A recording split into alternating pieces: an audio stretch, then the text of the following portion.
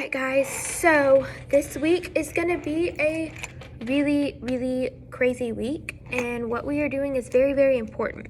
So it is critical you be watching my videos and you be attending my Google Meets that I'm having every day starting on Tuesday at 8:10 a.m.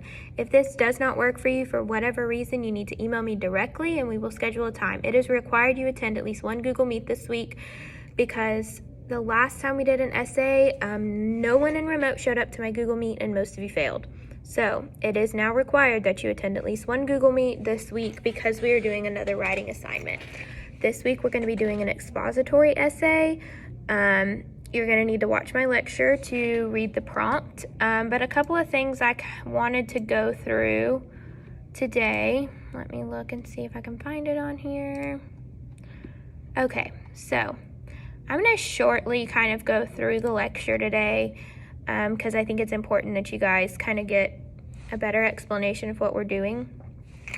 I want you guys to be able to understand what a prompt is asking. So we're going to be doing lots of practice today with thesis writing and just getting your thesis right. But the first step to that is understanding what the prompt is asking and how you can answer it. So there's going to be a couple of key things when you get a prompt for the STAR test. So you'll see it on my Google Slides. It might say something like, read the following quotation. The greatest glory in living lies not in never failing, but in rising every time you fall. Okay, then it says, can failure make you stronger? Think carefully about this question. Write an essay explaining whether failure can strengthen a person, okay? So you have your read section, your think section, and your write section. Read and think sections are meant to get your brain going, and they can help you generate ideas. The write section is where you're going to find instructions for the prompt. The prompt includes the topic or what you're supposed to write about. I want you to skip the read and think sections when you first read the prompt and read the prompt itself. And I want you to underline or circle what you're supposed to write about. So when you get these prompts on the STAR test, I want you to circle, write an essay explaining whether failure can strengthen a person. So I want you to just be able to decode the prompt, okay? So the topic is, can failure strengthen whether failure can strengthen a person, okay? So this is a key word here. So prompts can be worded in a couple of different ways. But no matter how it's worded, you need to restate the prompt. So you need to answer the question. Can failure strengthen a person? Yes or no? You got to answer the question. If you write an essay with a prompt, or if you write a thesis that doesn't actually answer the question or restate the prompt, then I don't know what you're talking about. If you just give me 2 reasons out of the blue from wherever you pulled them from, I'm not going to know what you're talking about, and neither is your reader. So you need to make sure that you're answering the question. And then you're going to give your 2 reasons. Okay, guys, remember, these 2 reasons, these are so important because this is how you're going to start your body paragraphs, okay? Reason number 1 is the topic sentence for body paragraph number 1. Reason number 2 is the topic sentence for body paragraph number 2, okay? So make sure that these reasons are things you can write an entire body paragraph about. That is so important, okay? So there's a couple of different ways that someone might go about writing a prompt, okay? So expository prompts are always going to ask you to explain something, but what you are explaining will be different. You may be asked to explain the how, the why, or the whether, okay? So there's going to be a couple of different ways this could be worded, and this is really important when you go to answer the prompt. Write an essay explaining how failure can strengthen a person. Write an essay explaining why failure can strengthen a person. Write an essay explaining whether failure can strengthen a person, okay? So with each of these kind of wording differences, there's ways that you transition from answering the prompt to giving your reasons, and you're going to see that on my lecture. So for a how prompt, write an essay explaining how failure can strengthen a person. You might start your thesis off with, failure can strengthen a person by reason A, reason B. Write an essay explaining why failure can strengthen a person. You might say, failure can strengthen a person because, and then you're going to give 2 reasons why failure strengthens someone. Write an essay explaining whether failure can strengthen a person.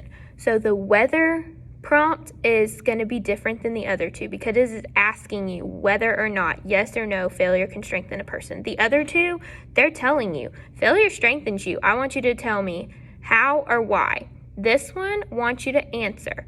Write an essay explaining whether failure can strengthen a person. Here, this can go a couple of different ways.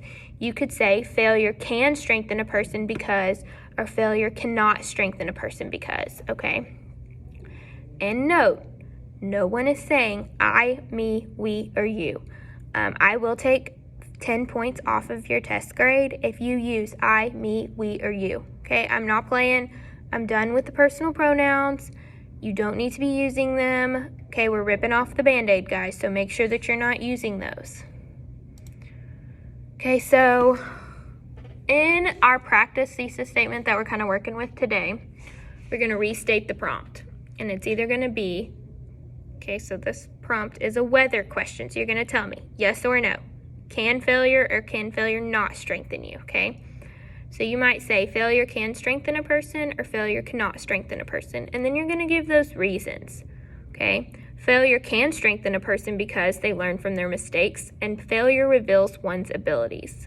Failure cannot strengthen a person because too many mistakes make people want to give up, and it discourages people from trying new things. Okay, so you'll see I restated the prompt. I answered the question, and I used a transition word. Because is going to be your key transition word here, okay? I really like because. It is a great way to transition from your answer to your reasons, okay?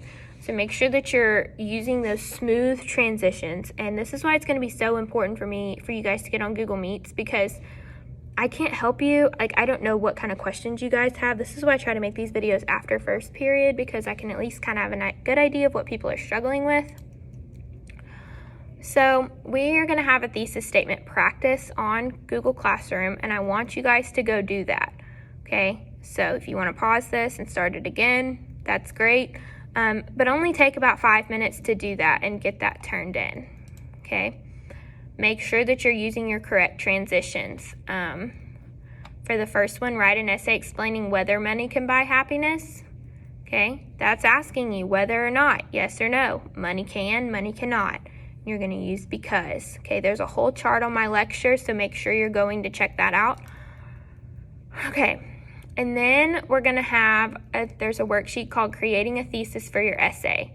So this is where we're going to start with the essay that we're writing for a test grade. The prompt is, how can words inspire change? Okay, so I want you to kind of think about how can words inspire change? Okay, worksheet number 3 that we're doing today, hold on, is a helps chart. Okay, helps is kind of how we things that we can gather our reasons from. HELP stands for History, Entertainment, Literature, People, Sports, and Science. For this essay, I want you to really consider history, literature, and people. In our Moving Towards Social Justice unit, we talked about lots of history and lots of people. Okay, so, and we also had some poems that we talked about as well. So, you have all of these things covered just in your book. You don't even have to have any prior knowledge. These are just things that we've gone over in the last few weeks, okay? History, historical figures could be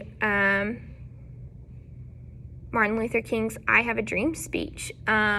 Historical events, the Birmingham Crusades that we talked about, any of those things that you guys did a flip grid on. Literature could be the 2 poems that we worked on last week. The incident, and I can't remember what the other one is called for whatever reason it's escaping me. I apologize, but we did read it last Friday. Oh, for Who Burns the Perfection of Paper.